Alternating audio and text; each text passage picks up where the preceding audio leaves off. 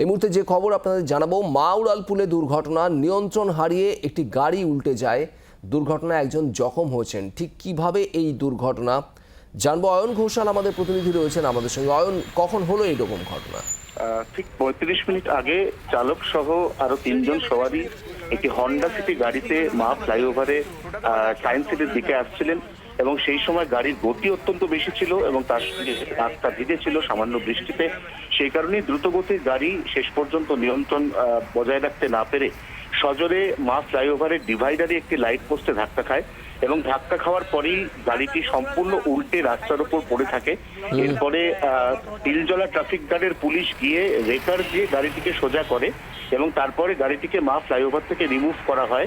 কিছুক্ষণ আগে গাড়িটিকে মা ফ্লাইওভার থেকে রিমুভ করা হয়েছে। প্রায় ৩০ মিনিট ওই র্যাম্প, অর্থাৎ যে পার্ক সার্কাস থেকে প্রগতি ময়দানগামী যে র্যাম্প, সেই র্যাম্পে কিছুক্ষণের জন্য গাড়ি চলাচল কিছুটা বিঘ্নিত হয়।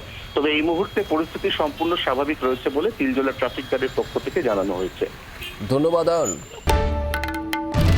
বাংলার আওয়াজ, বাঙালির আবেগ, জি 24 ঘন্টা।